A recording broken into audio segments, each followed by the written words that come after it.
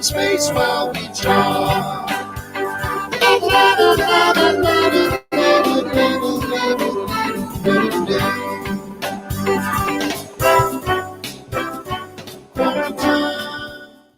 We hold these truths.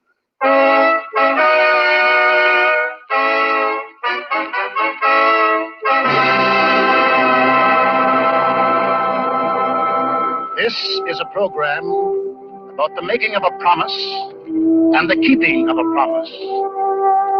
This is a program about the rights of people. This is a program about the guarantee made to the people of America 150 years ago. A guarantee that has been kept through peace and war and peace and war. A guarantee we call the Bill of Rights.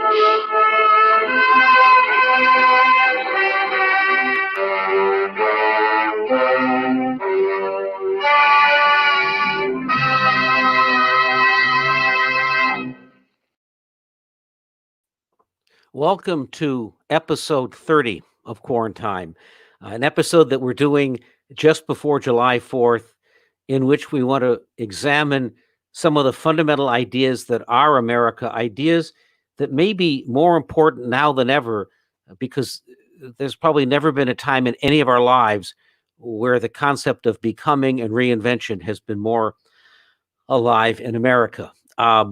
That very beginning that you heard as we were leading into the show was from Norman Corwin's broadcast, We Hold These Truths. It was on December 15th, 1941. He had been planning a broadcast on the 150th anniversary of the Bill of Rights, and then Pearl Harbor happened. He asked, should we still go ahead with this? And President Roosevelt said, you have to do a show so people understand even more about America. And that's what inspired us today. His broadcast was called We Hold These Truths. And Dr. Mortimer Adler, who was a founder of the Aspen Institute, wrote a similar book. And on today's show, we're going to march through some of these ideas. And I think the important reason is so many of us want to bring about change today. The ideas throughout history are the handbook for change.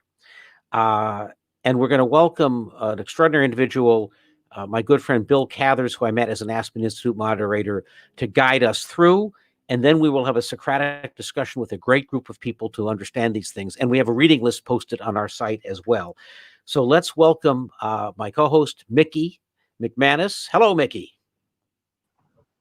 Great. And Bill. Hey, Peter, how you doing? Hi there. Hello, Peter. Hi, Mickey. Bill, great pleasure to meet you. Hey, I also want to point out, why don't you just explain to us for a little bit why we are going to go back in history today, and also what is the Socratic method, because then I want to just bring up some of the other people who will join us for that conversation a little bit later today. But paint the picture, Bill, for what the great books or the great ideas are, and why this show is so special, and why these ideas that put us together are so living today. Well, you know, the quote that we like, that you and I have talked about many times, Ralph Waldo Emerson, those damned ancients, they stole all of our ideas. And so the fact that many of these things have been discussed before, have been argued about before, and that we can benefit from the insights and the errors. So we kind of take this at the Aspen Institute, Dr. Adler, Aristotle says, we examine our predecessors to benefit from any wisdom they accrued and to avoid their errors. So we want to sift through what are the errors, what are the benefits, so that we're not starting from scratch all of the time. And so that's the benefit. It's like the Renaissance. The Renaissance was a rebirth. They wanted to reform in Europe. And they said, we can return and look at some of these great ideas from the Greeks, from the ancients, and use that for reform today. So we look back for a moment, gain insights, avoid their errors in order to move forward. And I think with July 4th coming up tomorrow, it's a great occasion to do just that. Mick, why don't we bring on our group that will help us do the examination today, and you can introduce us. So Mohib, let's put our group on, and Mick, you can make some introductions, and welcome everybody to this great conversation. Hello. Welcome, everybody. Austin looks like on mute, just flagging it. So click the mute button down there at the bottom. Welcome, Berto. Welcome, Connie. Welcome, Austin. And I think we're actually going to have Mohib join us as well, who's one of our technical producers. Mohib, can you put yourself in? Just so everyone sees everybody. There we are. We're going to have a discussion today. Berto is a designer and strategist who I worked with when I was a fellow at Autodesk. Connie helps run a lot of the things that happen in our technical centers at Autodesk around the world, and is a sort of product manager, but also synthetic biologist and thinker about strategy. And Austin is a psychologist analyst who works with children and kids and parents and families to kind of think about how they actually have a sense of self and things like that. I probably didn't do very much justice to anybody, but we're super excited. And Mohib is a hacker, roboticist, troublemaker who's been out on the streets in Arizona lately during the protests as well, and helped us create Quarantime. So we'll bring you all back in a little bit, and then we're going to ask you to kind of share more about yourself. But we wanted to just get everyone on the table first. And before everybody goes, before you all go away, Bill, maybe you could explain to us why Dr. Adler and at the Aspen Institute thought that a Socratic dialogue, that when we went through these readings, it was through conversations and taking them apart that we would learn best. So just why is today, unlike other days, that we have the Socratic format? Well, the key to Socratic questioning is that we ask questions to reveal that we don't know what we're talking about. So Socrates would ask people questions, and what are the reasons that you have that position? And it's to become self-aware, self-correcting, and self-fulfilling. That through the Socratic method, it is through great questioning that activates the learner's mind.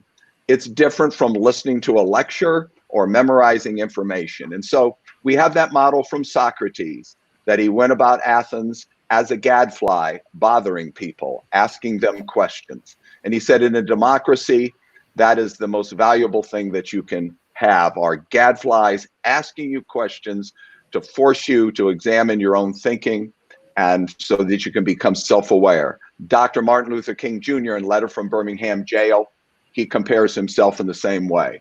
I am this gadfly to come and bother you.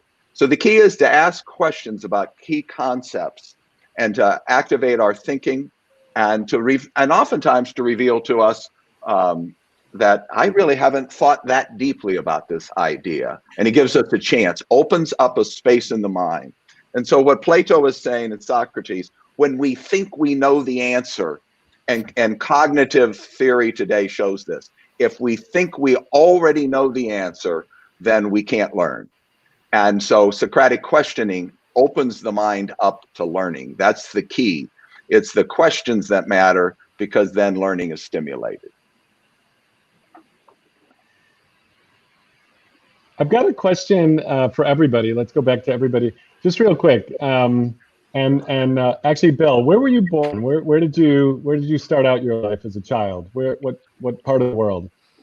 Columbus, Ohio. So I'm a Midwest person. Columbus, Ohio. All right. Yeah. So I feel a great I was born blessing. in Chicago. There you go. So we got that Midwest thing. Bill, I was going to say, if this, what's Austin, so great what about you? I was born I want to get everyone to just say a little something. I was born in Dublin, Ireland, and actually spent some time in Pittsburgh, and also went to college in Illinois. I was born in Mexico City. Okay, Berto. Mexico City, all right. And Connie, what about you?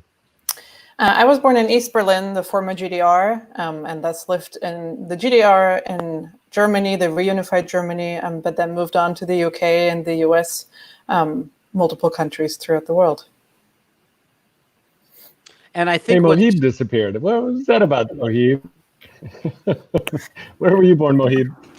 I was born in Karachi, Pakistan, but I immigrated to the U.S. when I was about one, so Karachi, Pakistan. I'm one desert to another. Okay. And what I'm so excited about today is that what Bill set up a moment ago was this notion that we use the Socratic method to unpack what we don't know And if there's one thing this pandemic moment or this moment of trolling has told us, an awful lot of people are convinced they think they know something, Right. and they know about America and they know our ideas, but do we realize? In a way, in this Twitter trolling moment, we live in a cartoon version of America where we heard about liberties, we heard about rights, we throw them around, but do we deeply understand what they are? And the premise today, folks, is we are going to go through, we have a reading list, which you can find on our website at quarantime.today. You obviously don't have to do the reading in the middle of this show, but you can. And we're going to pick up Alex de Tocqueville's Democracy in America, a person from France who came in and looked at what we were doing and helped us understand it. And that's, by the way, one of the reasons we have such a diverse group joining us today. We can understand these great ideas that are our ideas so well when we have people from multiple backgrounds and around the world to help us understand what is it that's going on. We'll also be reading from the Declaration of Independence. And a big theme today is this notion of how justice has progressed in America. All men were declared equal, but evidently not so. Women didn't get the vote until early in the 20th century, and you could argue that equality did not come to African Americans until the Voting Rights Act in '64. So this is a nation that's always about living up to what it promised, and that's why our other readings will include the Seneca Falls Women's Rights Declaration, Frederick Douglass on what did July 4th mean in the middle of slavery, and then on to Maya Angelou and Lewis and Clark. So this could be a fun exploration. We will see you all come back in a moment. And see everybody in a bit. Yeah. And Bill, as we head into this, as we head into our readings, I want to set up another great inspiration for today. We mentioned coming into this Norman Corwin, whose broadcast We Hold These Truths, but Dr. Mortimer Adler, who was your teacher and put together these great ideas. Tell us a little bit about him, and then I want to go to a clip of Dr. Adler and Bill Moyers trying to understand this whole bit about justice in America. And a lot of people say, well, if you're not patriotic or you don't stand up for everything in America, you're not American. And then Dr. Adler points out that there's a set of ideas that we believed in that we're always becoming. So dissent is American. So tell us a little bit about Dr. Adler. Well, Dr. Adler's probably the only person in the history of the United States to get a PhD without graduating from high school or college. So that tells you a little something. He's an immigrant family, New York. He dropped out of high school, or was kicked out of high school when he was about 15 years old. And then he got interested in becoming a philosopher. And through an extraordinary story, he ends up at Columbia, teaching at University of Chicago, the editor of the Encyclopedia Britannica. So a high school dropout ended up being the editor of the Encyclopedia Britannica. And so public education was really his passion. Equal opportunity, trying to provide good schooling for everyone. So that's how I got involved with Dr. Adler. I was running in the 1980s an alternative school in the inner city of Los Angeles for expulsion cases, kids kicked out of school for bringing guns on campus, assault, drugs. And I started an alternative school based on his Padea proposal for reforming education and giving quality education to every student. That's how I became an Adler scholar at the Aspen Institute, was working with Dr. Adler on reforming education. And we should point out that he created what was called the Great Ideas Program at Aspen, which went back to Plato and Aristotle and forward to the present moment, because in 1948, after the Cold War was underway, there was this sense that American business leaders were really good at building tires or cars or whatever, but if they didn't know their political economy history, how could they be in a great fight with communism and other economic forces? So we had to understand this to go forward, and we're there again today. And now Walter Pepke and Robert Hutchins, president of the University of Chicago, said, well, you don't know who the great unwashed masses of the United States are, Mortimer. They're the business executives running our corporations. And so he got involved in this adult education with all of these executives who had so much power in a free market society. And it was an amazing thing to watch him harangue these executives, coming in, having them read these great philosophical and political writings so that they would be better citizens and exercise this power that they had in this free market system, and that they had a responsibility beyond the bottom line. So you didn't come to Aspen to learn how to be a better executive running your company. You came there, as Walter Pepke said, to become self-aware, self-correcting, self-fulfilling. And that's what Jim and O'Toole and I would say. You go into your first seminar there, we called it Getting Mortified. He'd ask one question and you'd realize, I have no idea what I'm talking about. Jim O'Toole just finished his Rhodes Scholarship at Oxford.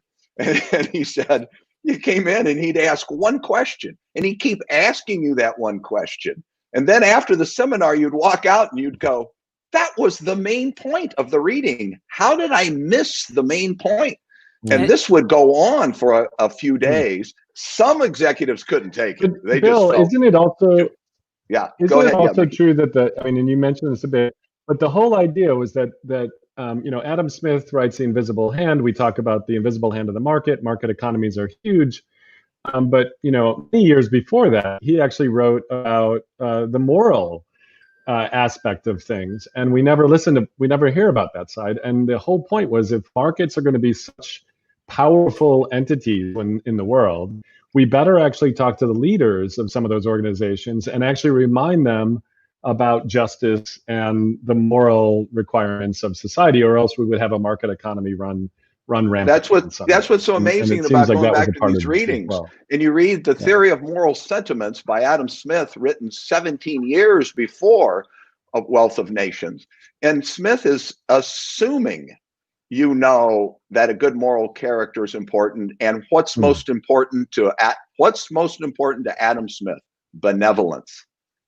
Benevolence, to make sacrifices. And so Amartya Sen, the Nobel Prize winning economist from India, that Theory of Moral Sentiments by Adam Smith plays a very important role. And so, yes, that was the key, what Adler called the intellectual and the moral virtues of the citizens, to have the good habits of mind, but these good habits of character. And this is particularly... that you would stand up at times, that the bottom line is not the answer to everything. Now, you have a responsibility. This is particularly timely now, all of a sudden, as the tech industry, which is a young industry, it's led by young people. And for the many years that I was at Apple, we wanted to change the world. The world didn't very much care. Suddenly, the tech world, where artificial intelligence, the architectures that we put in, the nature of Facebook, so drives our society. One of the reasons we want to get into this methodology as part of Quarantime is this way of thinking will be incredibly useful, I think, to people in the tech industry, to engineers, to executives, just as it was that Dr. Adler did with people in industrial businesses a half a century ago. Well, sure. You can pick up you can go to any business school, graduate school, and you will have the Tylenol case, where Tylenol is being poisoned across the country. And the executive that's running the company had just finished that executive seminar. And he comes in and they say, here's what we say to the public. You're more likely to get hit by an asteroid than to, it's safe. It's safe. Go out there and buy Tylenol. And he asks, are you giving your children Tylenol tonight? And none of them were. And he had pulled all of the Tylenol off of every shelf in the United States. And we won't put it back out there until we can guarantee safety to people. He had to talk to his board. He had to say, we're going to throw away $158 million worth of product. They set the standard for safe packaging. And of course, it turned around. I think it's interesting to think about why somebody like, it was great. And I think what's funny about that is, of course, in today's world, we know that certain organizations that are social media organizations have apparently done some bad things. Think of Zuckerberg, for example, and instead of actually taking the signal from their own investors and advisors that Facebook might be distorting truths, they said, oh, we'll just do a PR campaign about it, instead of what Tylenol did. They didn't say, I'm going to shut down these algorithms until we get it right. In fact, just yesterday or the day before, the ACM, a major SIG group, a special interest group, just said, stop using face recognition for corporate and or for policing, because it is not trustworthy. So, here is a major group saying this, and you do not hear a whimper or a whisper out of corporate leaders, unfortunately, sometimes from the tech industry. So it's a really interesting moment, and I think Tylenol is a great example. So this, what was the right thing that to you do? wouldn't Take it off give the the shelves public if you have a better relations spin. a better case on it. Yeah. And this Yeah, it approach wasn't helps about us spin. form a moral compass. And of course, there's so much in here that will eventually help us, if you do the full Aspen seminar, understand how do you resolve things for the individual, how do you understand things for the community. This goes on throughout history. Let's zoom in on today's topic, which is this notion of how justice proceeds in America, since it's so timely. And I'd like to go to Dr. Adler, who was in conversation with Bill Moyers, kind of in the 1990s, in which Moyers tries to ask him, could you explain this discrepancy between what America was founded about and how it behaved? Because I think that'll help us to start to code things today. So let's go to that piece of tape, Mahib.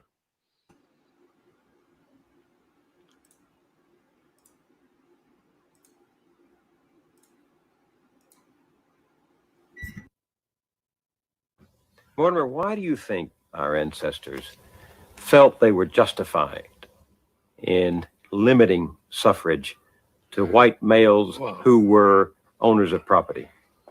The proposition that all men are created equal, or in my version, in order to avoid the theological implications of the word created, the proposition that all men are by nature equal was not acceptable. Jefferson wrote those words, and Lincoln interpreted those words to be a pledge to the future, not a description of the way men thought at the time. In the 18th century, the prevailing prejudices were against human equality. The males thought they were superior to the females. The whites thought they were superior to the blacks.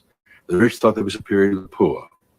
You have to come down to the first quarter of the 20th, a little beyond the first quarter of the 20th century to get democracy in existence. Meaning by that, only for one moment now, universal suffrage. And a democracy is constitutional government with universal suffrage, now I go something further, and securing all human rights, both political and economic. And I add that last clause, we don't have democracy yet fully in this country. And so this was this was part of a longer conversation that he was having with students at St. John's. And the one other clip that we want to show, and I think this is the reason that it's so important to teach this to young people and to business leaders today, and that we're going to turn the rest of this conversation into a Socratic seminar, was Adler's belief that the hope for transformation in this nation comes from the next generation picking up these ideas and helping us become a more perfect union, right? And when you look at the movements that are going on today, and change doesn't come equally. Change appears to come in fits and starts. And the last 6 weeks, as difficult as it's been with watching, Black Lives Matter, and today the Washington Redskins realizing maybe they shouldn't be the Redskins anymore, and this sea change. So what Adler says to us is particularly poignant now. So let's take a look at this next clip, and then we will march on to some of our readings.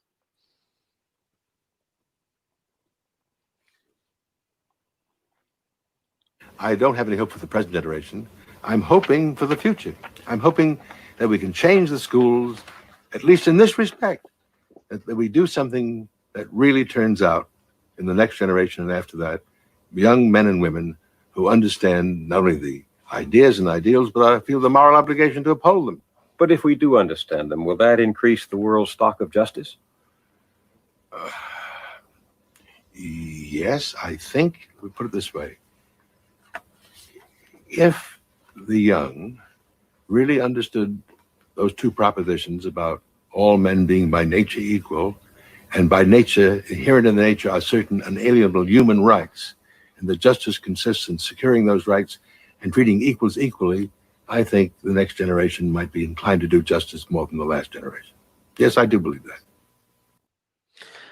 As we start today, Bill, the first idea and reading we have comes from Alex de Tocqueville, who comes to America in the 1850s to observe our democracy. And in this first reading, he talks to us about individualism in democratic countries, and he's a little conflicted. You know, America's always had this thing between the individual and his or her liberty and the community. We even see that today. The individual says, I don't know if I should, why do I have to wear a mask?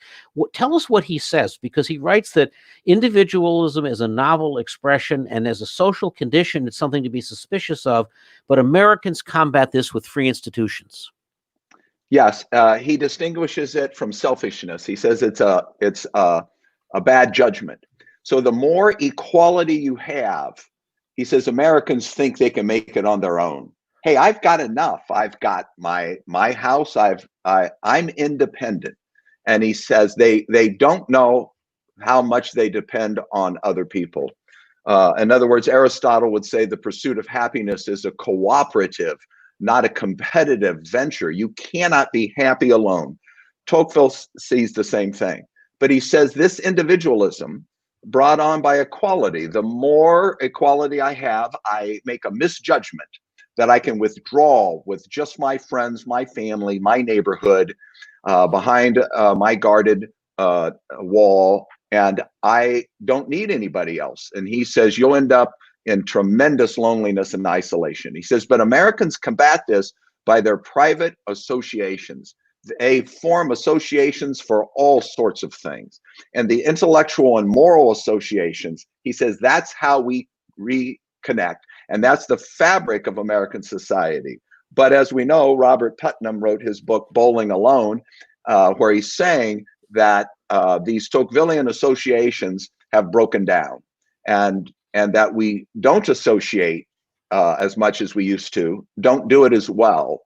And so that individualism is the belief that I have everything I need and I don't need society at large.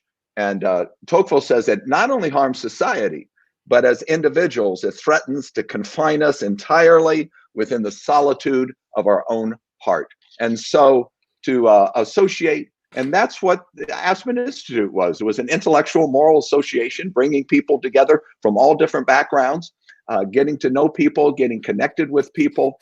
And Tocqueville says that's how you combat this individualism. Bill, I'm interested in maybe opening it up now to everybody else, if we can. Sure. Let's bring everybody can you on. Bring us all in.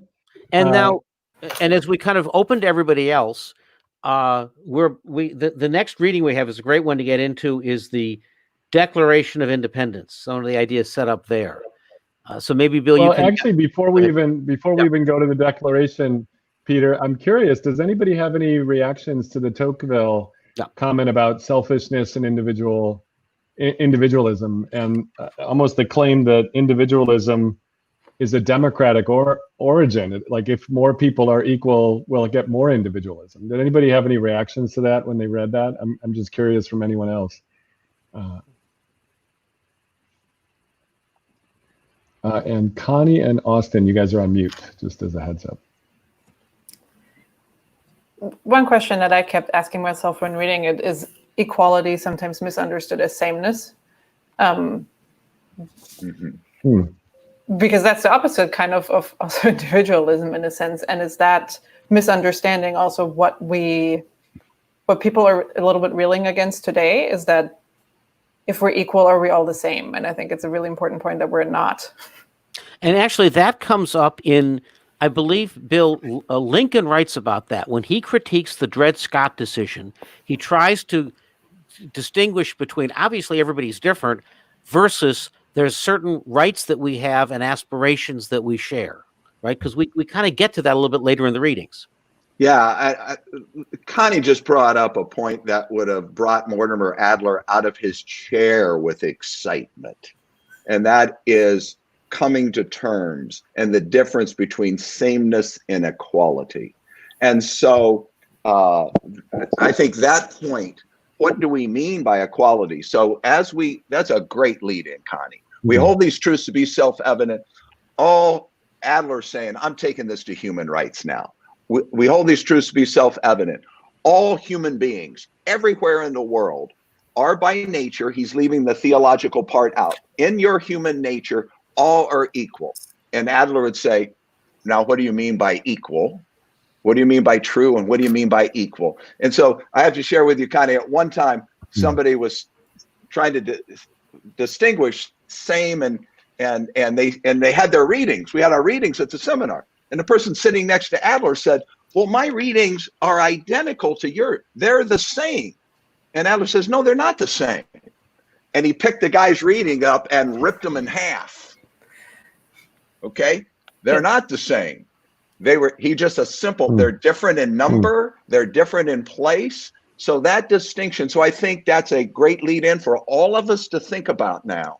And that distinction and coming to terms. So Adler would say, you see, if I make this sound, I'm holding up this object, and I make the sound pen, P-E-N, and that's a sign of a concept I have. And the concept in my mind is a pig pen, an enclosure for animals.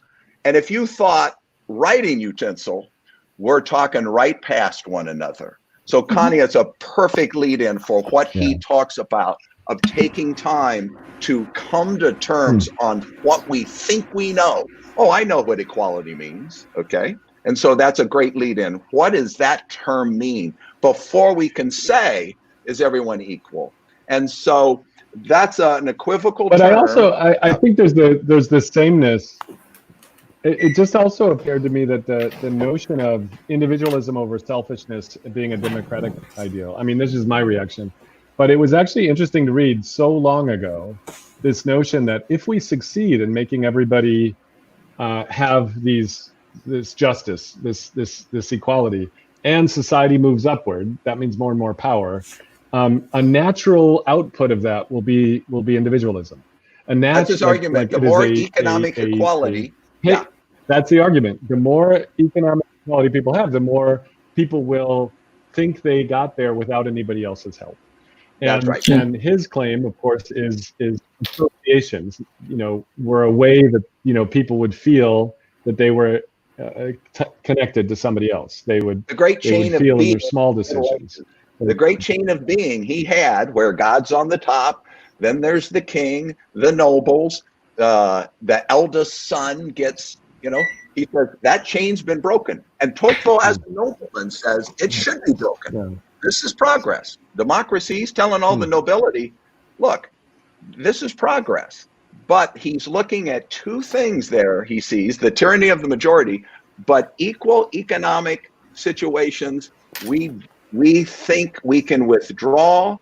And so Tocqueville thinks federalism is great. Federal, state, local, and it's great. I didn't put it in, but he just if somebody's going to build a road across your private property and you go down to City Hall and you got to be arguing about that, Tocqueville says that's a great way to combat individualism. All of a sudden you realize, wait a minute, I got to be involved. So he thought federalism was great. It's kind of about the common good, centralized, right? Versus the individual. Yes. So now we've got everybody on here. Yeah, we've got everyone on here, and I'd love it to just stay on. Go ahead, Mohib. And I just wanted to see how this works. Bill, how do we go? Mohib first, and then Bill, if you can draw us into this sort of Socratic. Yeah, I think we have two questions for everyone now to think about. Tocqueville's claiming, I think Mickey framed it, that the more economic equality you have, the tendency that you think you can withdraw with just your friends back to your neighborhood and you don't need the rest of society. The second thing that Connie put up there that we have lingering that is central to our discussion today is what do we mean by equality? And is that sameness or not? So I think any of our participants can jump in on either one of those. Do you think Tocqueville is correct that the more economic equality we have, the more we tend to be individualistic, thinking I can withdraw with just my friends, colleagues, and I don't need the rest of society? The other is any thoughts you have on the difference between same and equal, or what we mean by equal. I think any comments on either one of those is right on topic today. So I have a couple of thoughts on those. When it comes to economic equality, that's definitely a true statement in a lot of cases, right? It's when it's like, say, the example of like, if you're rich, you're not really concerned about the problems of the poor or those around you, or like that's where class, structures start to build. Where, and there was a part in that reading that was around the idea that, when you have this system where like material conditions are kind of like overall good for everybody compared to what it would have been like 100 years for the average person who was like lower class or poor in poverty. Even someone poor today lives like a king comparatively to the past. So it's easy to get comfortable in that. And if you have a higher wealth in the way the world is now, then you're living very comfortably. So most problems don't affect you as long as you stay within a certain scope, right? So yeah, it's definitely a true statement. And I think as a result, it leads into like unintentional lack of empathy to those that have to rely on others and don't have the advantages, right? That don't have the ability to just be like, oh yeah, I can just stay over here and don't have to, like, others have to fight. Whereas if you don't have to fight, you don't see the need to empathize. So there's something in there that I hope we can discuss a little more into. And then that's interesting. Let me see if I understand your point there.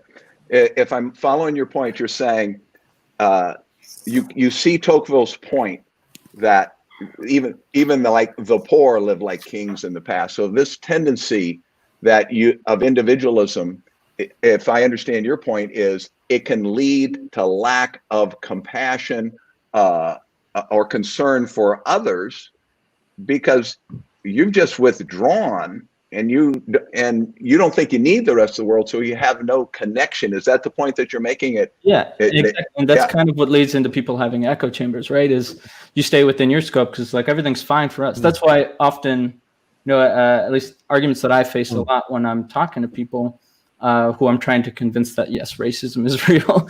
They'll be like, well, I don't know what they're complaining about. Everything's fine for me. Everything's fine for my one black friend. It's like, well, not for everybody else. Maybe in your community, in your cul-de-sac, perhaps. Maybe they're also just tired of telling you. That's not good for their black friend. It's just that they're sick of talking about it. They've already fought the battle today. Yeah. Yeah, they feel like they have. I like that. I think it's important. Like they have their independence and individualism, so therefore they assume if they were able to reach it, then others should have been able to as well. And it's because they're not getting that perspective. And thus the lack of compassion occurs because they're not able to empathize on the same level because they believe in their individualism, which they believe, and leading into the idea of like sameness, right, and individuality is that they believe everybody's on an equal footing just because the Constitution says all men are created equal, right? Even though that was in reference to, the colonists being equal to the British. I have to. There's almost this embarrassing thing that you see with a lot of commencement speeches. Oh, go ahead, Bill. No, what speeches? I didn't hear. What speeches? Commencement speeches. You'll get like, some famous person stands up and says, "Follow your passion." I did. I'm a billionaire. You should. And there's this kind of naivete that actually, it wasn't that they happened to be in 1982 and everybody who happened to be in Silicon Valley and the Silicon Valley Computer Club happened to also turn into Bill Gates and Steve Jobs. It wasn't that there was serendipity. It wasn't that their parents didn't support them or other things. They did it all themselves. And if you just follow the first thing that pops into your head, because they did, it's almost like, they are confusing the reality of the world and thinking it's all them. It's that. Let's add inward, to that. Selfishness. We have life, liberty, and the pursuit of happiness, and so that's another complex term is happiness. And but Aristotle on happiness is it's a combination of virtue and good fortune. He's the only moral philosopher who says part of making it is just luck, and there are a lot of people that just hate that part. He just some people were lucky. They were in a certain circumstance that was lucky for them. Americans don't like that. They like, that you're in control of this. But back to the echo chamber, I just have to give you a quick quote from Plato talking about the same problem that we have when you withdraw with just your friends, or it's just your friends that in your certain chat room. And he calls it the Great Beast. And that's these little faction groups, these beasts. And he has them, they're in a canyon where they're only talking to people who agree with them. And then they hear their echo back. And he says, when they meet together, and this is from Plato's Republic, there's a great uproar. And they praise some things which are being said or done and blame other things, equally exaggerating both, shouting and clapping their hands. And the echo of the rocks and the place in which they are assembled redoubles the sound of the praise or blame.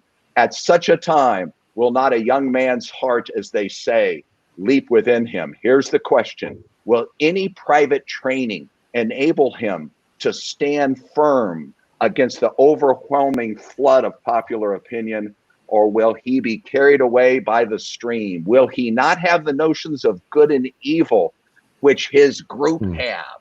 So I think that's a great tie-in, which you've led us to, is that you retreat Bill, into just out of curiosity, individualism. though, do you have like what strikes me though is do you have all of these things just sitting out in front of you? Do you have every piece of word possible from all the way back to Aristotle, like laid out? I don't know where you put. It's amazing. Anyway, sorry, Connie, you were going to say something. Well, I tell you, that's a quick point on that. Dr. Adler was not a classicist. He's like, if it doesn't help me today, I don't really have much interest in it. I appreciate that people are translating it. So I was looking at this beast related to this social media like 6 months ago. And so I'm always, Mickey, trying to see, has anybody talked about this? And I looked at what Plato was saying, and I'm like, wow, we have that problem and worse. So it's fresh in I your think head. that's a great lead, that de Tocqueville goes to individualism. That individualism cuts off our compassion for others that we don't have contact with. And then I think it's a fantastic insight that individualism that we only listen to those with whom we already agree, and we live in this echo chamber. So I think Connie was going to jump in here. Less stressful. Yeah. To me, one thing that immediately comes to mind, especially on the echo chamber, is the rise of Hitler in Germany. I do think we have actually examples in history that show us maybe the good and the bad of how these things happen. And so I think that was definitely the case of an echo chamber. And then the echo chamber completely crashed. So then you did have kind of economic equality, but on the very low standard, because nobody had anything and everybody felt the responsibility to be a good citizen, to uphold rights. Germany abolished its constitution and created a basic law that had nothing to do with the constitution anymore. And they scrapped everything because they realized we can't evolve, we need to change. But then over time, I think because material standards increased again, you did get this economic equality where people are way more passive again. And that's a problem that Germany faces today, again, that I think people forget why, and people forget to remember, and to work for the ideals that we strive for. The German basic law starts with this great sentence now that is, human dignity is inviolable. Nothing else how we started. But the point is, human dignity is inviolable. And we tend to start to forget again. Yeah, Adler was arguing that point with Moyers. My hope for the future is that understanding that idea and that ideal, Connie, okay? That if you understand that, that could be a hope for the future of the young people. But you brought up another point, Connie, to this discussion. I think it's important. You said passivity. So now we have, I'm an individual, Tocqueville. I've got this economic equality. I can retreat on my own. And then that cuts me off from my compassion with other people. And I live in this echo chamber. But what you've added, Connie, it can make good citizens passive. And then the troublemakers are always motivated. The troublemakers are always motivated. And so the potentially good citizen, you've pointed out, can retreat into a passive mode, which is very dangerous. And in fact, Adler talks a lot about the fact that being a citizen has to be an active thing. He wants you to read these documents the way that a good churchgoer is constantly reading the scripture and renewing herself with that. And that becomes an issue in society today, that, you know, you have factions that push what they believe in. And if we're not being all active, vigilant citizens, there's a hazard to that. Well, you know, I think, Berto, you're the one that's worked with young people and schools and teachers, or was it Austin? That was me. Yeah, Austin. So that's how I got involved with Dr. Adler, you know, and it was Dr. Adler was very concerned. Yes, he worked at Aspen, but he said the key to democracy is the bottom 40% in our schools. What are we doing with the bottom 40% in our schools? Democracy is a joke. Don't run up the flag on the 4th of July. Don't talk about what a patriot you are if you have no concern for the bottom 40% in the schools. And so that's what's exciting with working with him. And how do you talk to them? How do you deal with the parents and the students? And when I was doing this, back to your being passive, Connie, my alternative school in 1980, I used this book of Adler's, We Hold These Truths, and took students who, you know, were in terrible trouble and never done well in school. And 2 years in the program, without my saying a word, all of them registered to vote. All of them went out and registered to vote. Yeah. Okay. They didn't say. Actually, Austin, I'm curious about your reaction to all this. From from the psychology side of things and from kind of what you see out there. I mean, you probably are chomping at the bit on some of this. Well, one curious thought, you know, Robert Harris in his he wrote these 3 historical fiction books about Cicero, and he presented something really provocative in the introduction. He said, we think about history as prologue, and what if we are the postscript? Like we're assuming that things are moving all the time in a certain direction, and he just raised the question: is that in fact happening? Right? How far have we come? How many gain are we recycling the same problems over and over again, or is there demonstrable progress?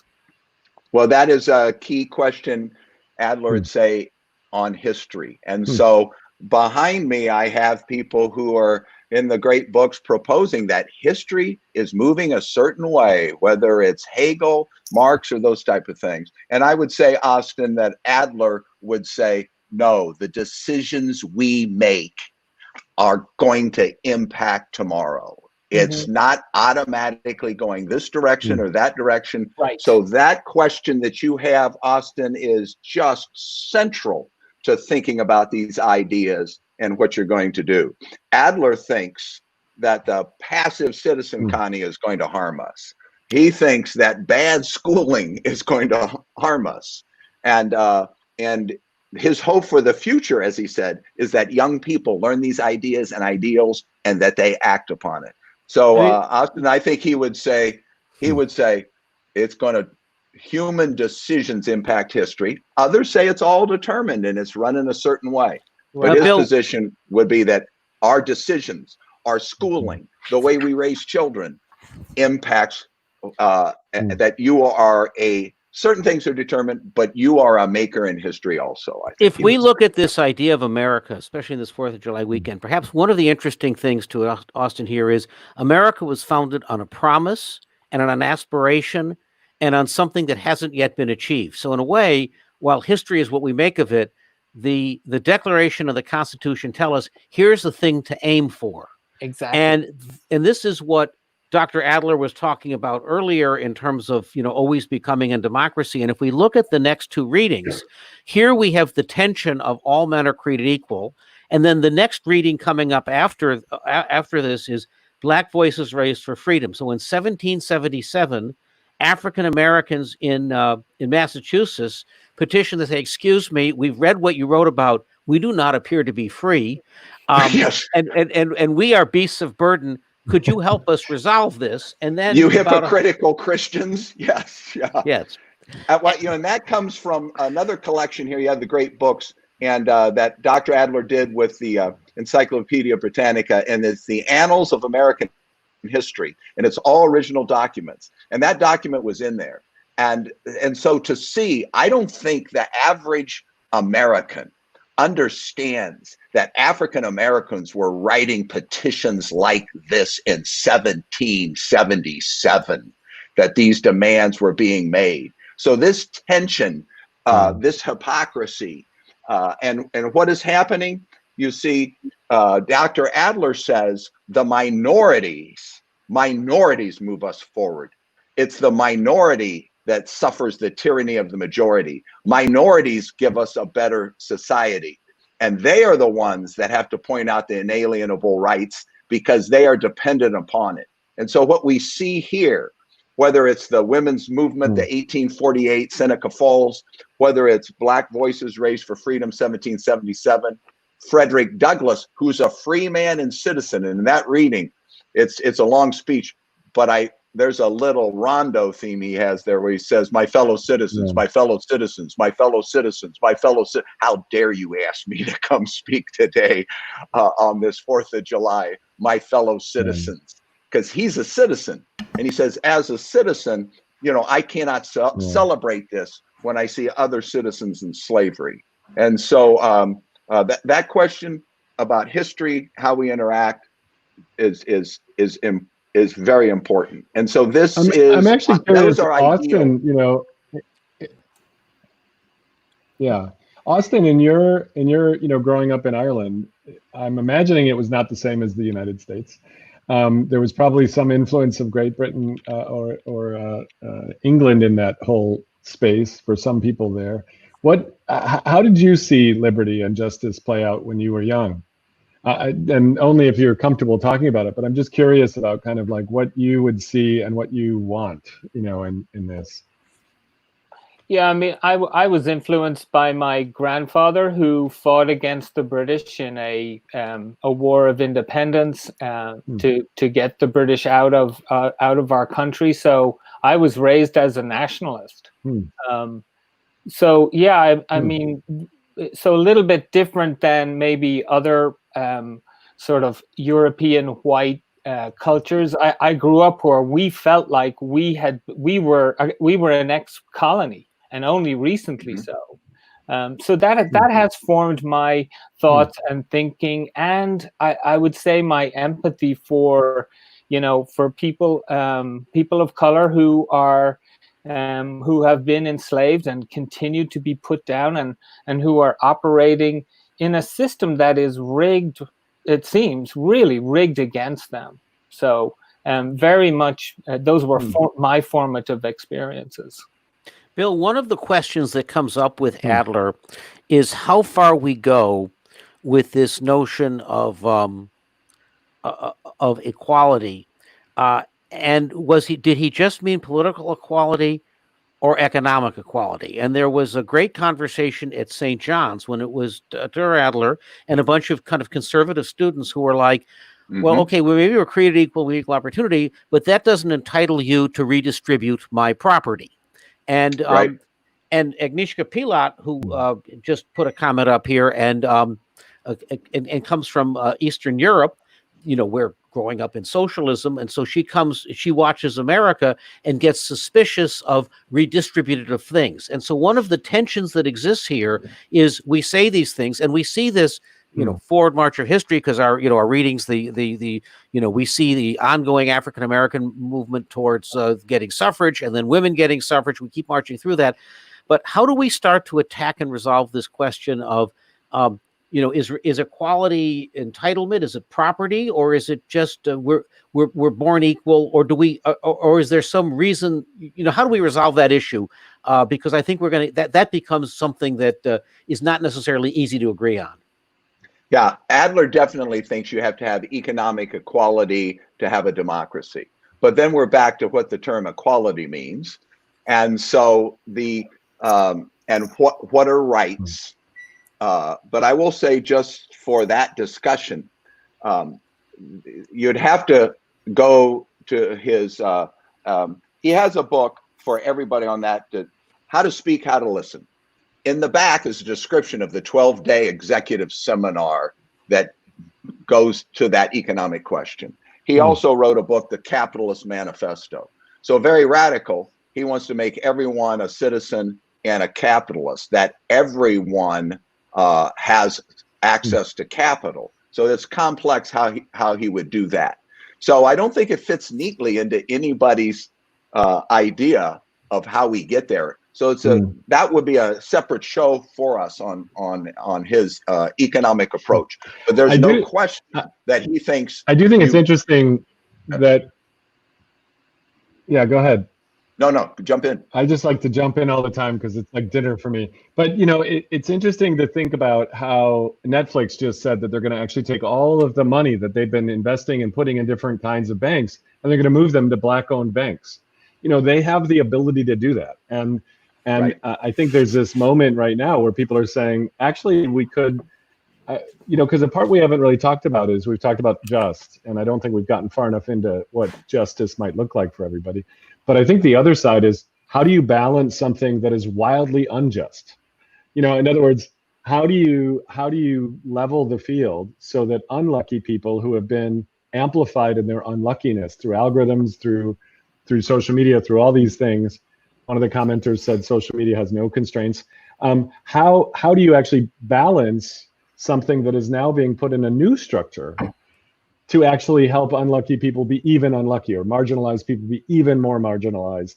And it was interesting to see Netflix and others kind of making moves to say, actually, we have a lot of money in banks. Why don't we just move them to Black-owned banks? It relates to your comment from Adler about capital and access to capital, because it's actually one of the big problems in a number of neighborhoods and a number of areas. Yeah. So there's something interesting about how do you unbalance, rebalance. The Emancipation Proclamation, the slaves got their freedom and were supposed to get 40 acres and a mule. Those were the two key capital instruments, 40 acres and a mule, and they didn't get it. Then you had the GI Bill, and that was our biggest creation for the middle class. And Black soldiers are fighting in World War II, and they come back and they are denied access to their GI Bill. 400,000 farms, I'm from Ohio, 400,000 farms are purchased on the GI Bill, and Black soldiers. And just think of African Americans from down south who are experts in agriculture and animal husbandry, who are soldiers and are denied their GI Bill. They're denied capital, redlining, being able to buy homes where people are building capital in their homes and sending their kids to colleges. So I think that you have right there, you have simple questions of justice, where people, if it were a white citizen, you'd sue and you'd say, I have damages, man. I have damages coming to me. And so that's what Adler Well, wants it to is do. interesting that they're starting to have the world actually suing people. You know, in other words, the damages done to the earth are now starting to actually file suit. And I think that's an interesting balance. I worry that, you know, I could talk too much. Bill, Peter, we're all good at this. But I want to hear from other voices we haven't heard from in some way. And it could just be a reaction to a different part of the reading.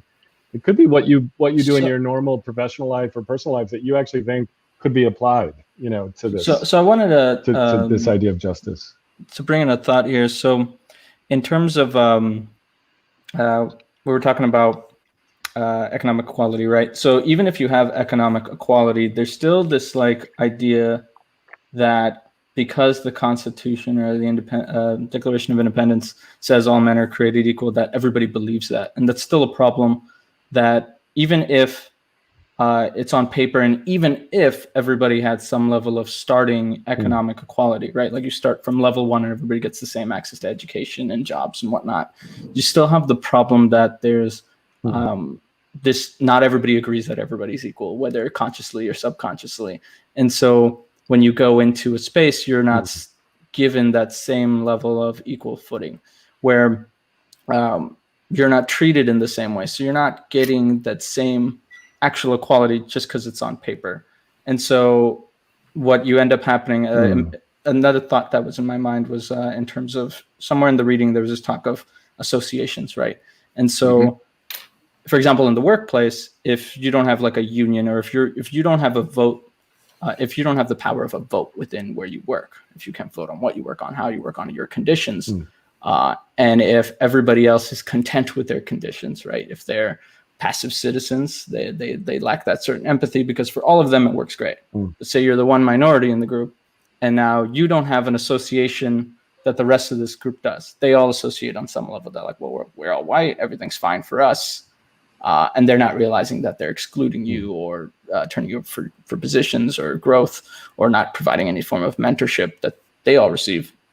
Then now you have no vote, no power, and no association to then create your power, to have a vote and power in that system. So that's where that inequality happens. Like, even if that person had economic quality in other areas in that structure, because the system isn't built for everybody. It's a way someone had worded it on. I had a Black and STEM chat with some colleagues, and someone had said something like, there's that idea of like inclusion, right? Like you include somebody, right? It's like, oh yeah, we have equality because we hire diversely. Well, you're just including them in a system that's still built around white supremacy. That's right.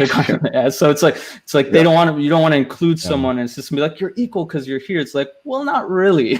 You still kind of don't see me as equal. Right? Well, to me, this is also the challenge of amending the Constitution, because you're just amending something that others in the past have already interpreted in that way that you want to get rid of, right? So if you just add it as a 13th article or whatever number, you're still keeping precedent how people interpret the Constitution in the old way, because they can still say, well, in the past it was this, they just added another paragraph to it. That will not truly cause change. And from my personal experience, this is why Germany was successful to do any changes after the Second World War, because we abolished everything and started from scratch. We're like, we can't keep any of this because we'll just fall back. We have to start from scratch. And then the second time this happened in Germany's history is when the East and West united. In theory, they wanted to write a new one, but they didn't, because the political people in power wanted to stay in power. And so they just enacted and kept the old wording, and that actually created a lot of problems in integrating and inclusion, because everybody was just an add-on. And I think that's the problem with just amendments and add-ons. It doesn't actually flip the switch in people's heads. Well, it's so fascinating, Connie, because in this book, We Hold These Truths, he has what's yet to be done. And Adler thinks we need a constitutional convention, but we don't have the statesmen to run it. The citizens don't know enough. And we got a problem with the media. So that this, what's come up with the technology and the media. And so Adler says, at this point in time, here are amendments that I'm thinking about. What do you think? So he says, I'm just going to put these as questions. And I think you'd find it fascinating, some of the things he was saying in 1987, just related to what's going on right now. But Connie, he felt really we could use a new constitutional convention, but we're not prepared to do it.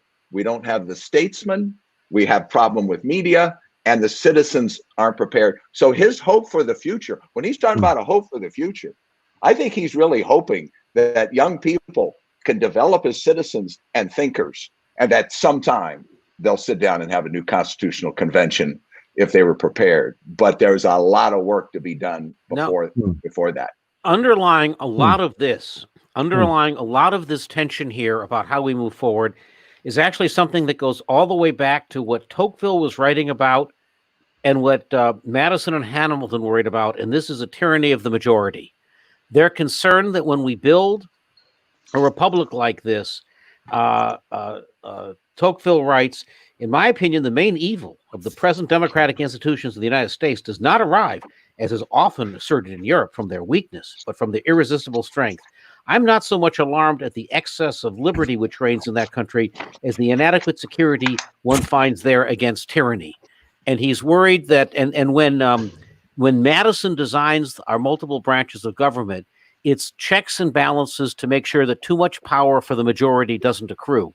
And it would appear that's a central issue as we're trying to move towards change, and when we have questions about these checks and balances operating. Yeah, and that last little on page 5, I think for us today, at the bottom of 5, Tocqueville writes, if ever the free institutions of America are destroyed, that even it may be attributed to the omnipotence of the majority, which may at some future time urge the minorities to desperation and oblige them to have recourse to physical force. Anarchy will then be the result, but it will have been brought about by despotism. That charge to us today, that you look out on the streets and Tocqueville says, you tyrannical majority caused this. You drove them to desperation. And I think that for him to see that at that time, what Mohib's talking about, you get, wow, I'll bring one person in here. We got, you're involved in this, but that the tyranny of the majority, what's the check on that? And that's one of the things Adler brings up in what's to be done in the future. He says that issue, Madison tried to handle it in Federalist 10, and Adler says that's still fallen short of this tyranny of the majority. So I think a lot of Americans think, well, if we got a majority vote, if we have a majority vote, then that's all you need. And so these inalienable rights, these Bill of Rights, this idea that I'm sorry, we have limits on the tyrant. We have limits on the king. We have, the king can't do whatever he wants. Now over here, who's king? The majority. Okay? You can't do whatever you want. I think that's news to a lot of Americans, that as the majority, that there should be some limits on what you can do. Now, how do you do that? Tocqueville says it's still majority rule.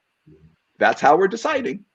You still decide by a majority vote, but how do you not have the tyranny of the majority? And so I think that we see playing out right now, and we have to struggle with that idea. But something I would like to add on the tyranny of the majority is, and coming more also from the past Tocqueville reading that we were talking about, is who is this majority at the end, right? Because it's not really, for me, as I perceive it, it's not really a majority. It's like a few with power, and it's something that Tocqueville talks about here, with power and money, that keep the power and keep the money, and it's just like a constant flow of keeping the privilege. And something I wanted to add to this was going back to the economic inequality or economic equality that Tocqueville was talking about in terms of the that could result in individualism.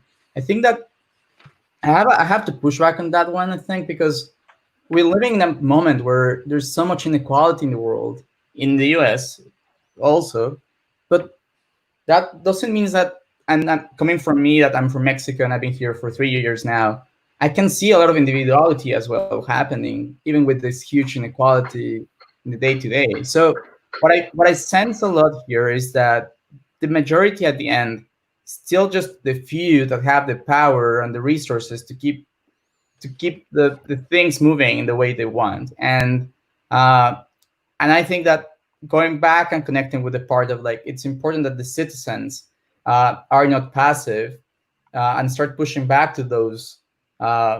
It takes me to the place where we can see also here the part of the anarchy, right? And that could happen as a result. And I feel that there is, like, actually right now not much hope in society that we can change things. I feel that the systems feels at least in the US so ingrained that the movements kind of like push things, but I don't think we're pushing far enough. And yeah, I try to connect a lot of ideas that I have. I just wanted to bring up and share with everyone. No, I think there's some great insights there. That first, Tocqueville's talking about associations, right. And there's this equality that's growing, and it breeds this individualism in America. But we now know that wealth has been concentrated and concentrated and concentrated. Yet I think, and so that's why Adler is adamant about economic rights. Berto, exactly what you're saying. I think he's adamant about that. But let me just, Berto, say to you, from an old guy. I've never been more optimistic about the future of this country than what I have watched from you young people and what I see going on. And I think Adler would feel the same way. And so I think that's what I'm saying to young people.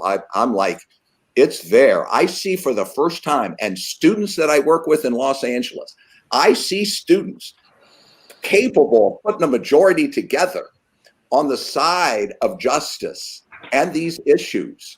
And, it's not Black people by themselves or Hispanic by themselves, male, female. I have seen this coming for 20 years with students that I've worked with in the inner city of Los Angeles.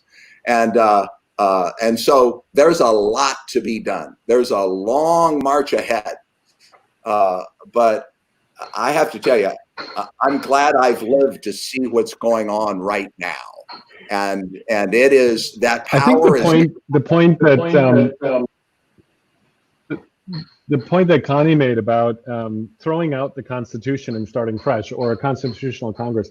One of our guests a few weeks ago, Sophia Noble and Kathy O'Neill, and I refer back to them because I think they were very powerful, pointed out, and Kathy O'Neill was part of the Wall Street movement, the battling against Wall Street a few years ago.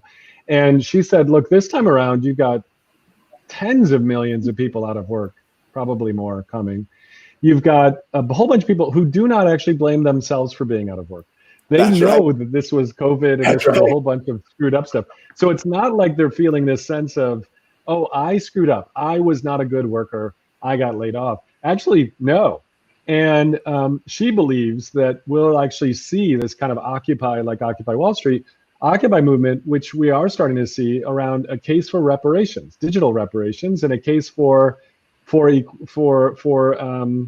forgiveness and truth, kind of the same way that you saw in South Africa when apartheid was abolished, where you actually had to go through something that, as Connie said, was actually very dramatic, or else the case law, the precedents, the ways everything worked will just keep reinforcing. They say if you ever want to change a system, try to change it. If you want to design a system, go try it, and all the antibodies come out and pound against you. The act of trying to change it in system design. And I think that's, Kathy O'Neill said the Occupy movement will actually mobilize in this country, and they will greet their algorithmic overlords with pitchforks. That was her comment. She's a mathematician, so she thinks that way. But I think there's something there that I don't hear anyone talking about a constitutional convention, but maybe that's not such a bad idea, or something equivalent to the sort of forgiveness, reparations, and whatever act that happened in South Africa. I don't know, but I do think that's interesting. I try to say, many people here actually try to work every day to make some change, right? They're not passive at all. We've invited them because they're not. How are we in our own careers, our own lives, or whatever, trying to apply what we've learned, either about, psychology or design or, organizing complex products and things? How are we taking action? But in apartheid, Mickey, I mean, it was the truth and reconciliation, right? And it began with truth, and that's what it was. Yeah. The truth. And I mean, and that's the part that I feel is only starting to emerge. Is that we're hearing finally, the story being told of African Americans in our country. For people are hearing it for the first time, in a different way, and that's where it starts. And so it has to start with truth. Well, and it's the moment of self-reflection. To me, that's actually the reason why I think this time might be different, is that I see Americans, or everyone, really taking a critical look at, like, where were we in history, and saying we screwed up, and we're still screwing up today. And that I have never seen before since I've come to the US, and especially not when I was in Germany. And looking in, it always looked like a big celebration of equality. Everything is great already in the US, and it's less on the we screwed up. And Same here. Only when you're in that moment where you admit, no, it's not going great. We're screwing up. We're making mistakes all the time. Tell me what those mistakes are. Only then can you start building afresh. And from everything that I see at work, the conversations that are being had at work, the conversations that I see online, also, frankly, just among white people, everybody asks, what can I do if I'm just white? Well, just admit that you have white privileges. Just talk about when you're experiencing it and when you're maybe fostering it. That never happened before. Right. And that's what we're talking about. Or listen, right? I'm actually hearing a lot of boardroom conversations where the senior coaches and executives are saying, don't try to say, don't go try to, corral a bunch of black, employees and say, tell me, blah, blah, blah. They're tired of this. Like, go get educated. Go listen. And by the way, I agree, Connie. I don't see that. I haven't seen that in a long time. And this is the fundamental reason we're doing this conversation today. It was, it's against the background of being on the internet where everybody knows they're right. And my experience the last few weeks, like people who are convinced that COVID is a conspiracy or the Illuminati, or they're convinced there's a reason not to wear masks, and so they're in that echo chamber. And America's produced, or the world has created such great echo chambers right now. Everybody is convinced they're correct. And, if you spend any time in Facebook groups of people you disagree with, you see everything that Tocqueville or Madison worried about going on. And so on the one hand, we have that. And perhaps this social media world of factionalizations has created such a moment that we can actually see it as ridiculous and have a reaction to it, which is a little bit of the apotheosis that I think has been going on since George Floyd and these conversations that we're trying to have now, right? This is, to your point, Alberto, of should we be hopeful or not, it does seem that the last couple of months has led to a bit more listening, at least in some quarters, and that's essentially what we're attempting to do here. And there are threads of this throughout history, right? It was Aristotle who wrote, "No justice, no peace," and that seems to resonate with Dr. King when he talks about riots are the language of the unheard. Some people use that as well. Therefore, you're supposed to go out and riot and, go incite violence. I think that was actually meant as, if you don't pay attention, you don't hear these things, you stick them under the rug, there will be a reaction which you won't like. And, and then, by the way, Lincoln in his second inaugural was worried that the Civil War was punishment from God for slavery. And he worried if we didn't get that cleaned up, the war would not stop, right? So in a way, there's some realization that if you don't, and this is the reconciliation, but if you don't clean that stuff up, you can't make progress. So I think that's one of the big ideas here. And one other one I'd love to pick up before we leave. Bill, you touched on this notion of capital in an ownership society, and perhaps one of the key things here is, this is a whole new topic, but in this moment of redesign, much of the work we have to do is, how does capitalism move forward? One of the brilliances of America is we have dealt with that. During the progressive and Teddy Roosevelt era, after the Industrial Revolution, we dealt with child labor and we dealt with workers' safety, and we didn't go communist then, we didn't go authoritarian. And then, FDR helped refine capitalism. We're in a moment now where we can willfully decide what the next issue-ish version of that looks like and how we create more ownership stuff. And I think we ought to follow up, have a discussion. I'll bring, some of the radical ideas that Adler had, but there's very stimulating. I can see innovators are going to be challenged by what he said, because he's saying, you got to come up with ideas of how you get this capital in these people's hands. But back to Austin and Connie. Austin, I'm with you. I see for the first time that truth and reconciliation. I thought that was really powerful in South Africa. You're going to have to tell the truth. We're not going to mess around. You tell the truth of what you did, and we can have reconciliation. But you come in here and lie, you're going to go off to prison. And so, Connie, I see that too. Berto, I think that's what we see as older people. We see for the first time this truth starting to peek through. And so, Peter, that was why you do it Socratic. Socratic self-awareness. Cornel West, he's always talking about Socratic self-awareness. And that is that we tell the truth about ourselves. Austin, I'm with you. There's no reconciliation. I have a question. Yes, go ahead. I have a question on this, and it's actually triggered by what Agnieszka said. You know, she said, you know, because she came from Eastern Europe, amazing artist. She's one of the commenters on the stream, but her work is stunning if you get a chance to see it. She said equal under the law or equal opportunity. And it kind of goes to the original question Connie asked about what is the same, what is equal. And there's an actual refactoring going on, and I've mentioned it once or twice in previous shows, but there's a refactoring of economics going on because we had a misunderstanding of how economics worked. Old Peters, Nicholas Taleb, and others are looking at what they call non-ergodic economics, which is the risk of ruin for society. In other words, if 100 people flip a coin, you know, what will they get, heads or tails? Or if you flip a coin 100 times, it actually is different. If you go into a casino and spend $100, it's very different. You might risk ruin than if 100 people went in and spend $1. And economics has continually factored most of economics by if 100 people go into a casino, the average is either this or that. But he points out that the gross domestic product says that if you start equal, everybody's equal with opportunity. If you flip a coin, even if it's 60% likely to be heads and you make money, if you flip the coin long enough, you actually get this massive dispersion between a few people that are trillionaires and everyone else who's poor, and the GDP goes up because of the way it's averaged. That's and they propose something different called the gross democratic product, which actually means that if anybody goes down, the GDP goes down. So that you actually have to look at the risk of ruin of the society. And they've actually come up with calculations for it.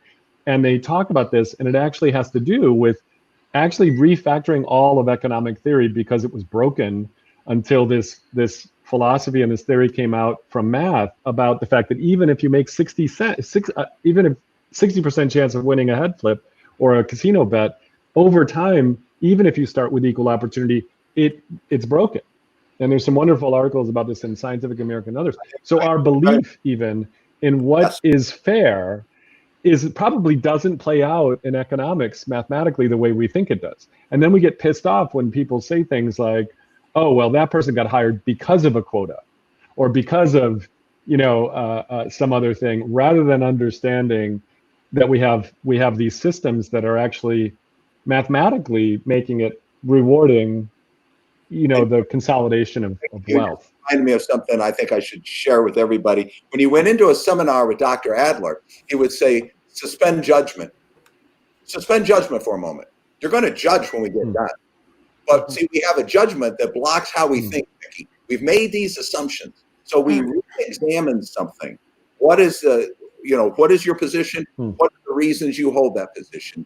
And then now we're gonna make judgments. But Mickey, what you're pointing out, that Adler points out, and that's the Socratic questioning, is that we have certain assumptions we make about systems, and we really can't think about them. I think for our audience, Development is Freedom by Amartya Sen is addresses what you're talking about, Mickey, using that GDP as a measurement and how we have to measure an economy in a different way. So back to the questions, is it just equality under the law? Yes, it's equality under the law. Is it, for Adler, is it an equal opportunity?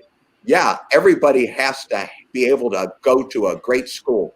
What kind of school?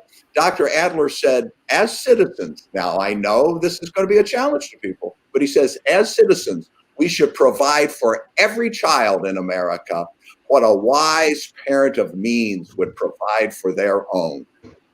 Okay? And that's how you should look at every child. You should say, if you are a wise parent of means, what would you provide for your child? And Adler says, that's what we should provide for every child. And now, I think Adler thinks, now if you can wrap. Hey, I wanted to flag.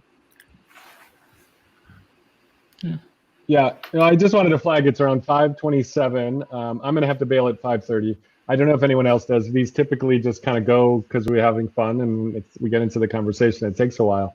Mohib, you looked like you had a graphic, and it has to do with sort of retrospectives from the Agile world and kind of how learning happens. Do you want to pull that up? That was an interesting kind of thing that you might want to share. And anyone else, if there's like a last thought they want to share before we wrap up, it would be probably good to think about maybe what you want to look at tomorrow and moving forward. Go ahead, Mohit.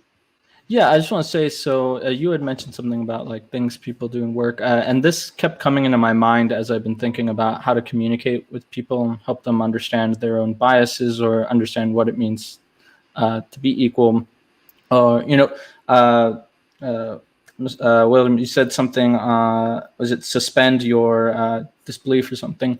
Suspend judgment for a moment. Suspend judgment, yes. So suspending judgment, that's something that was always discussed whenever I did retrospectives with the software team I used to work with, where every Friday we would have actually a beer perspective. So we involve libations. And we talk honestly about like things that we messed up, things that were related to what we were doing in our work, but mainly more about how we worked as a team and actual things that regarded emotion and ways we were treating each other to make sure that we weren't making like an uncomfortable space to learn and grow. And this always worked out well. It was like somewhat anonymous, but we were all there. So I wanted to pose this as like maybe a homework assignment that Mickey, if you're willing, we can maybe put this in a note in the shared notes and say anybody who wants to can go in and drop a little note in one of these areas about what you were trying to do, what you were trying to maybe learn about something that you didn't know about the state of things in racial inequality, and how what the outcomes were. Like, did you succeed? Did you screw up? Did you learn as a result of screwing up? And that looks like an approach it, honestly. And then I think it'd be a great thing to discuss at some point. So that's kind of just all I wanted to bring up with that. And also regarding the I think by the way, Mohib, that has a lot of things embedded in there around learning and around sort of being honest about it and things we probably can't unpack today. Mohib, can you pull up the whiteboard? I just want to flag that we do have kind of an infinite, persistent whiteboard where that was my bad drawing of your retrospective grid. I'm sorry about that. I loved what you just said, which was the equality of difference.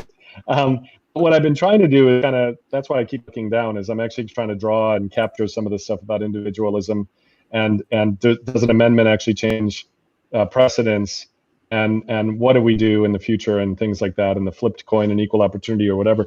So there's more here, and we won't be able to get all the conversation in today, but I do think it's worth noting that the link for this whiteboard's on the website. Anybody can go on there and actually add Post-its. They can do their own retrospective analysis of racism or justice in America or in any place in society and add it to this topic. I'm going to have to bail. I just say thanks, Berto and Connie and Austin for joining. And Mohib, we put you on the spot the last minute, and Omid is out today, and you've been here from the start, so it felt like for you to be able to share. And I'm going to hand it back over to Peter and Bill to keep it rolling. Thanks. Thanks, Mickey. Thank you. Thanks.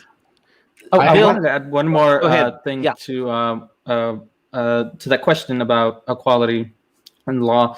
So one thing that I think is missing is that even if the law says you have to give everybody equality, it doesn't necessarily enforce that equality, and there isn't an equal access to law enforcement being on your side all the time. And I think that's part of why there's, this obvious, all these protests against police brutality and the goal of defunding the police is that they aren't serving on an equal footing, and there's no system in place to ensure that, and they're supposed to be. And I think that's kind of the idea everybody's always had, right? It's like the Declaration of Independence says we treat everybody equally, and that we have checks and balances that'll stop things from happening, but they're not working.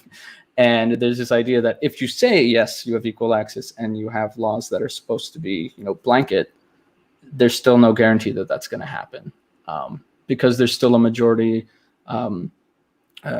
a will that exists within the people that control those infrastructures. Yeah, it's so interesting.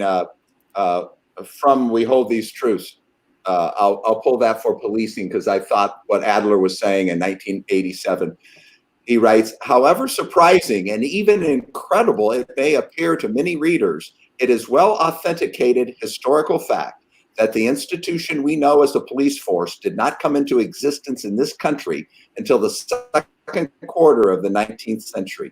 Until well after 1830, there were no uniformed police carrying weapons of enforcement in such cities as Boston, New York, or Philadelphia.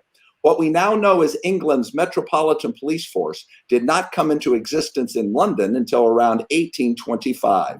The preservation of civil peace without the operation of a civil police force would appear to be unthinkable. Nevertheless, the existence of the one for the sake of the other is an innovation of very recent history.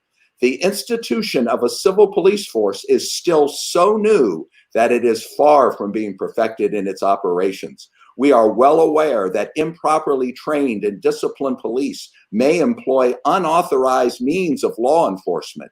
They may resort to violent measures and themselves become a threat to civil liberty as well as civil peace.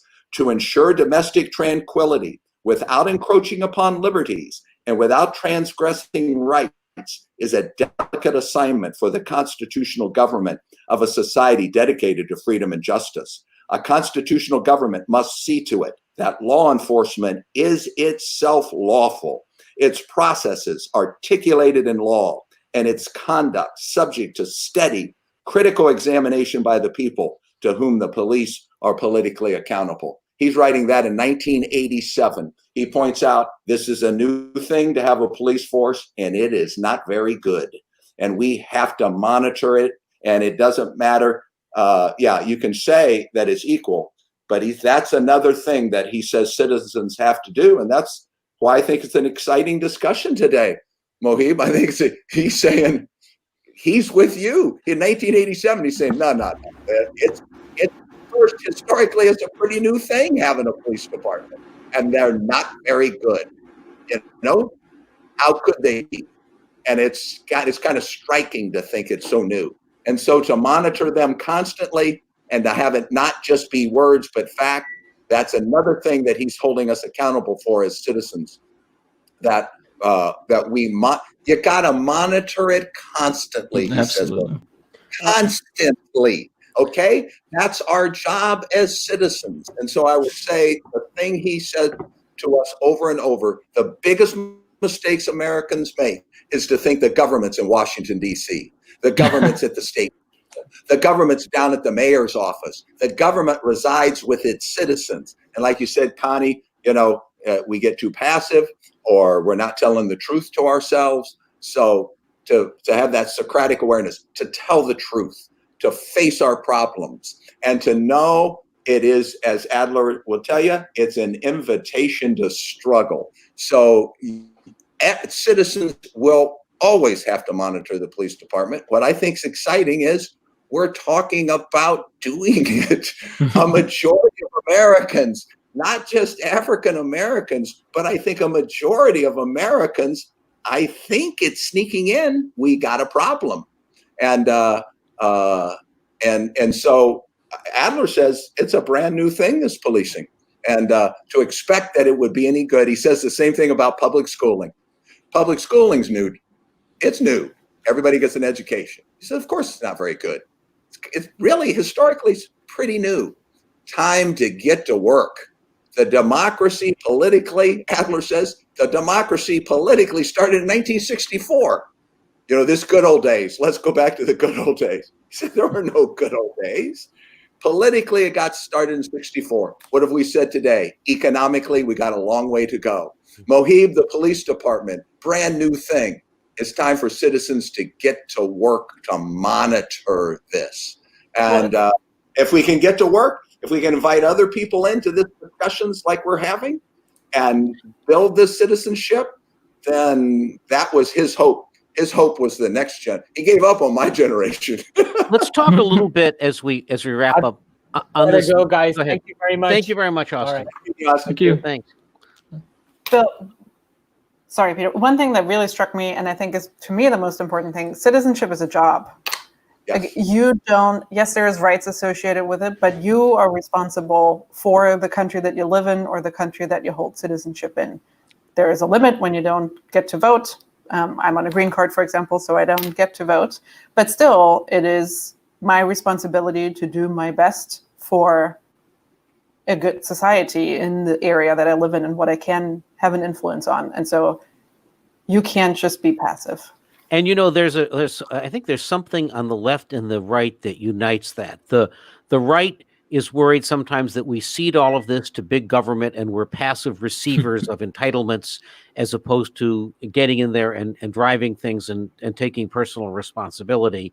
And the animating concept across this whole conversation is the thing to be hopeful about is perhaps we're waking up and taking some responsibility for citizenship now in a way that we might not have paid as much attention to, or we simply slid by because when the wind was at our back and it was after World War II, we could ignore stuff. And at some point you can't ignore stuff.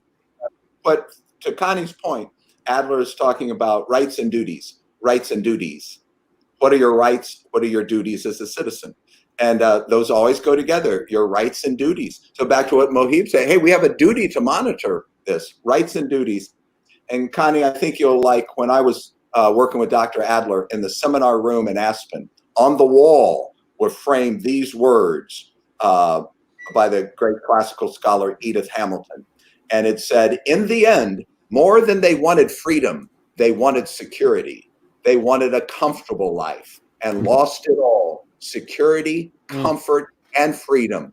When the Athenians finally wanted not to give to society, but for society to give to them, when the freedom they wished for most was freedom from responsibility, then Athens ceased to be free.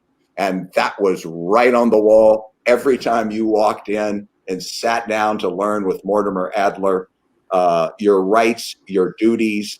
And I think if we can provide opportunity for these young people out there who are energized and care and chances to learn and develop, the chance that I had to be with Dr. Adler, that's why I do work with high schools.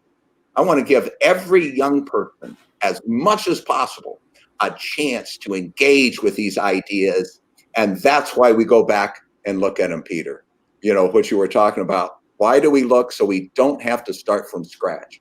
I mean, I think people will be just stunned to hear Adler's quote on policing. You know, and it's just like, wow, this editor of the encyclopedia, the Aspen Institute, is making these comments on policing. Look, one of the reasons that I think this is so relevant is kind of, well, I think all of us here are in the tech. Connie, are you also in the tech world?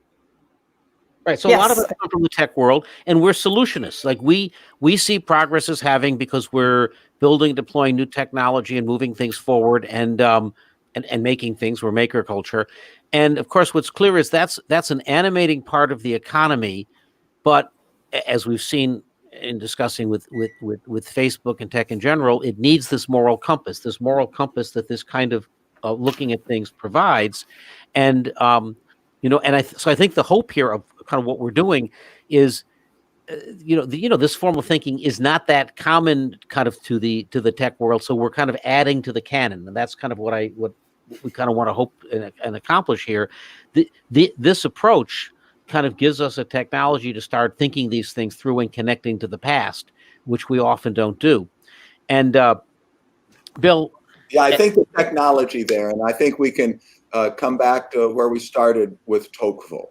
And for Tocqueville, science is knowledge in any area. For us today, science is the physical sciences. But when he talks about science, it is knowledge in any area. And so for the Greeks, you see, art is techne. Their Greek term for art, skill in doing, is technology, techne. And what's the techne that we need? Tocqueville says the science of association is the mother of science. The progress of all the rest depends on the progress it has made. If men are to remain civilized or to become so, the science and art of associating together must grow and improve in the same ratio in which equality of conditions is increased. So we talk about the problems with technology. How do we associate better? How do we expand this conversation? That's the technology we need to go with the zeros and ones and the digits, is this techne of associations, conversation, and spreading that out to the citizens. And as we wrap this up, You know, there's this very active conversation now about social media corrosive or not and what to do with it. And underlying it is a technical algorithmic thing that social media pulls for engagement. It pulls for what's titillating. It pulls for not the angels of our souls. It actually has a technical reason that it pulls against this form of more rigorous conversation. And what I kind of think we're suggesting here, as so many people are thinking about how do you either regulate Facebook or make something better? You think about the Center for Humane Technology. How do we move beyond it?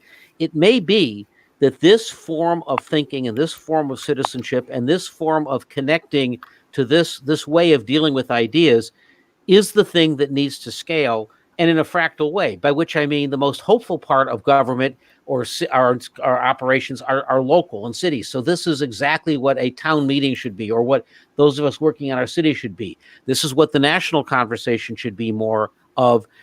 And in a way, we're learning how to do this again. We've got a little rusty at it. We know how to troll. We know how to watch TV. We're learning how to do this. And I want to pick up one other thing, another mechanism. Connie, you have a thought. Well, I think it's not just we're learning how to do this again. I think we're learning how to scale and translate it into the 21st century. Yeah. Because the way, Bill, that you described the Adler Institute in the beginning, my initial thought was, that is great. That does not work today. And so because the scale has changed, the number of people we need to reach has changed. So it's really, how do we translate it to the 21st century? Back to you, Peter. And by the way, Connie, one of the reasons we're doing this is Bill and I were talking the other day, and we're like, the thing that Aspen did in the late 20th century, 2 weeks, top white business leaders, was really cool in 1953. But clearly we have a global thing right now. A lot more people have to be doing this, and they're not going somewhere for 2 weeks. So today is an experiment. And I think that's why Adler was talking about schooling. You know, he was talking about, his passion was public schools in schools. And I think now, how do you use this technology? So I don't think he thought it was going to be cured by bringing people to Aspen. That was keep an eye on these powerful corporate guys that are disconnected from their responsibilities. But what we saw him say in the opening was schooling, mass. How do you get the citizens? How do we reach out? And so I think Peter and others, those of you who know the technology, I don't know. I have no insights whatsoever on what you do with this technology and Facebook and all of that type of thing. But we have some idea of what a good conversation looks like for citizens. And we will explore going forward, Connie, and that's kind of what Mick and we're all working on, is how in fact can this scale? How can these ideas engage lots of people? I want to end up with one other idea, a different framing, a creative framing that might help us approach what the connection of conversation looks like, the jazz of conversations, and that is jazz itself. Bill, you're very into jazz, and we've talked about the fact that jazz, which is the individual and the group and going back and forth, is actually a model for a way of having a conversation or getting along, and it's a mechanism that that both allows the solo but allows the group to happen. Yeah, that's Stanley Crouch, great writer on jazz. Eric Williams on jazz. Wynton Marsalis talks about this, and that is the rest of us see the individual and the group in conflict. And I'm a basketball player, so basketball players, we don't see that either. You know, it's how you work together in your group. And so in jazz, we see that the individual only reaches their greatest heights in their collaboration with the group. And jazz has this improvisation to it, which is like a live conversation. And then Peter, you get a solo and the rest of us listen in comp, you know, and then Connie gets a solo and the rest of us listen in comp. How do you have your individual voice and help the group to get better? How does the group help you excel? And so the individual only reaches their highest development in coordination with the group. The group grows as the individual contributes more. So that model of the jazz conversation, Connie, I think that's the one more relevant to what's going on out here today, is improvisation and how you move in and out of the group and how the individual's not crushed, but but how the individual works within the group. So I think it's a great model for us. And it's not an accident that jazz is a great American form. You can connect jazz back to Tocqueville, right? Back to those Americans have a need to associate. And jazz was built out of the cultural conflict of African Americans and Caribbean and Eastern European people all connecting up, right? So there's a model there. Yeah, well, Anton Dvorak came here from Prague in the late 1890s, and they brought him here and said, hey, how do we create American music? You created Czech music. You captured the folk music. And he said, well, American music's African-American music.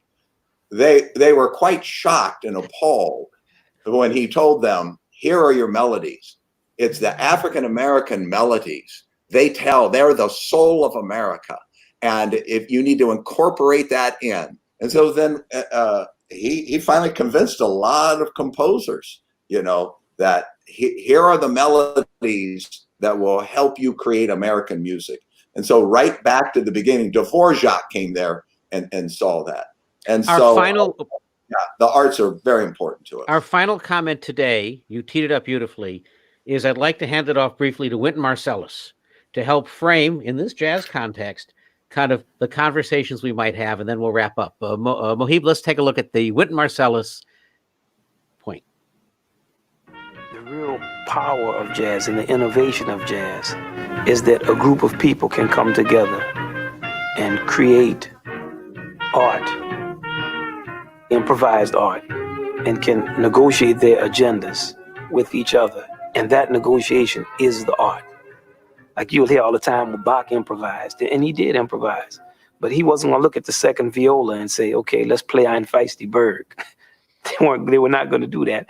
Whereas in jazz, I could get together, I could go to Milwaukee tomorrow, and it'd be 3 musicians. I walk in a bar at 2:30 in the morning and say, what you want to play, man? Let's play some blues. Well, all 4 of us are going to start playing. And I might say, do-do-do-lee-do, and they'll say,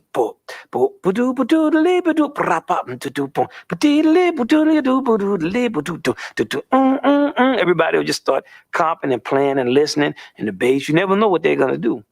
So that's our art. The 4 of us can now have a dialogue. We can have a conversation. We can speak to each other in the language of music.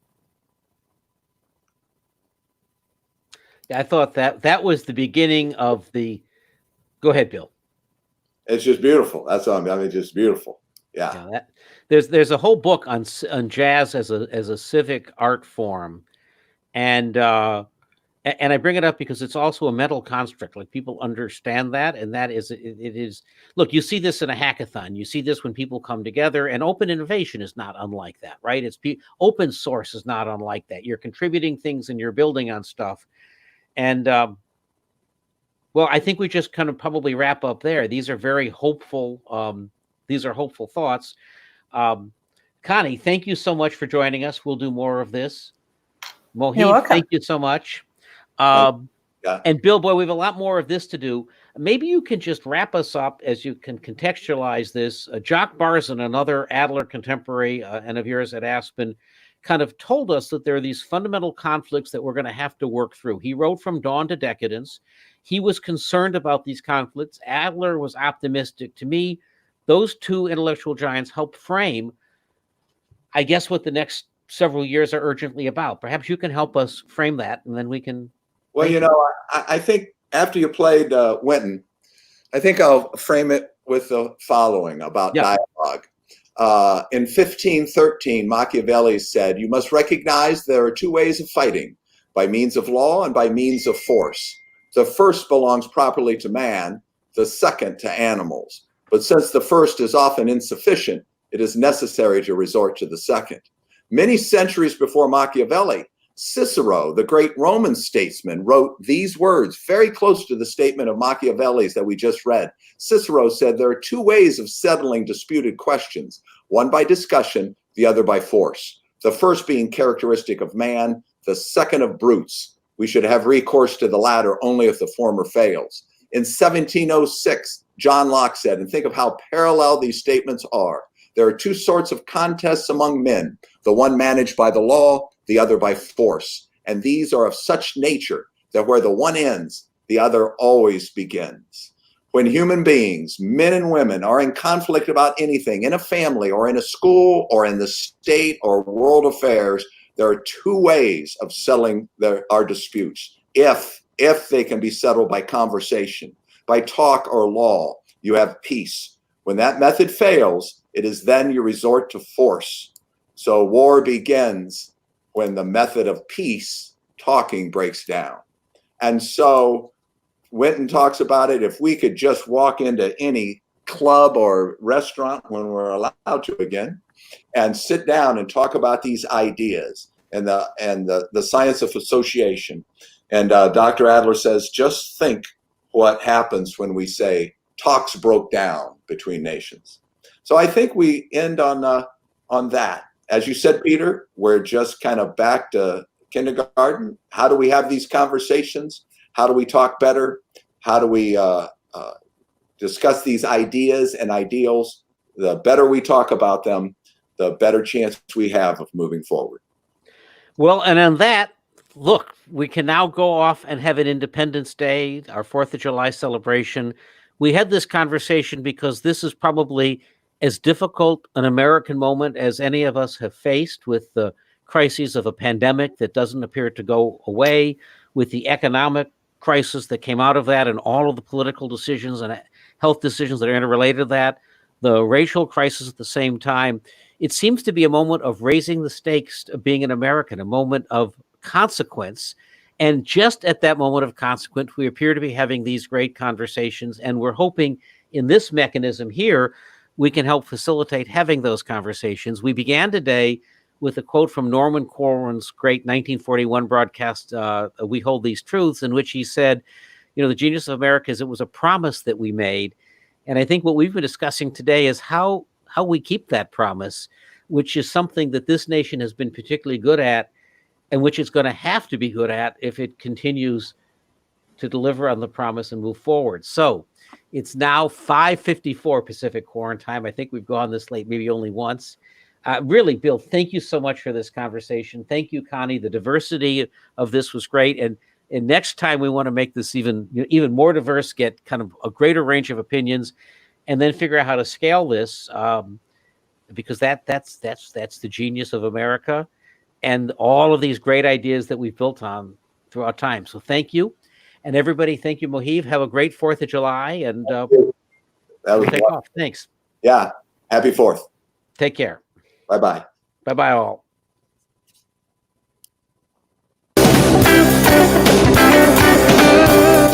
Let's get close, but not so close. You can share from a distance. Quarantine. We want to see each other. Let you stay in your quarantine space while we talk.